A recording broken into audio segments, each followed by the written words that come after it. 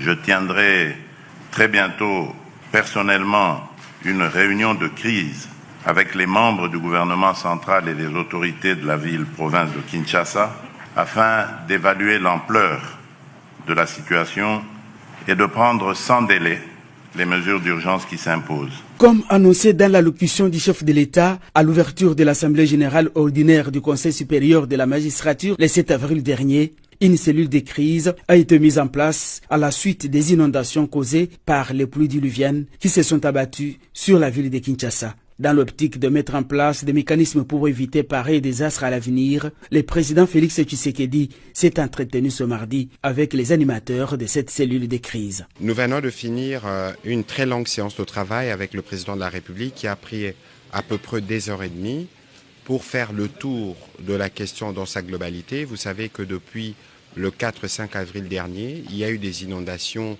dans la ville-province de Kinshasa. Mais pas seulement, parce qu'il y a eu des catastrophes naturelles qui ont été notées dans le Congo central et dans d'autres provinces à travers le pays. Et qu'à la suite de ces inondations, une cellule de crise avait été créée au niveau du ministère de l'Intérieur qui a suivi et qui continue de suivre tous les cas en étroite collaboration avec la ville. Il était donc question, au cours de cette séance de travail, de faire le point de la situation aujourd'hui au président de la République, principalement la situation des sinistrés. Un bilan a été fait, malheureusement 75 compatriotes sont décédés et plus de 11 000 sont sinistrés aujourd'hui qui sont hébergés sur 4 sites. De ce point de vue, le président de la République a donc encouragé les gouvernements, la cellule a été réunie hier par la première ministre pour passer en revue toutes ces questions et évidemment établir les états des besoins nécessaires pour y répondre.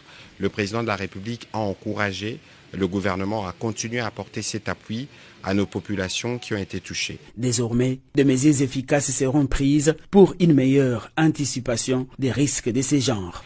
Le deuxième volet du sujet a été le volet maintenant de comment le gouvernement réagit et s'attaque aux causes qui ont conduit à ces inondations. Vous savez qu'on ne peut pas blâmer les catastrophes naturelles ou la pluie, mais il y a une grosse part de l'humain dans ce qui s'est passé. C'est ainsi que le ministre d'État, ministre de l'Aménagement du territoire, qui a fait les rapporteurs de la réunion gouvernementale qui a été tenue autour du vice-premier ministre intérieur, qui s'est prolongée avec la première ministre et qui comptait en son sein notamment les secteurs comme les affaires foncières, l'aménagement du territoire, les transports, la politique et l'urbanisation de la ville, l'urbanisme, mais aussi le gouverneur de la ville, pour faire le point des actions à faire à court, moyen et long terme, pour nous assurer qu'en cas de survenance de pluie de cette nature, que les vies humaines puissent être préservées. Et donc, dans les jours qui viennent, parce que le comité, la commission va continuer de travailler, on va annoncer formellement des mesures, mais qui seront alors des mesures dures qui vont passer. Pour certaines, on va raser, en tout cas toutes les infrastructures ou les maisons qui sont construites dans les zones non édificantes. Le président de la République lui-même s'est porté garant.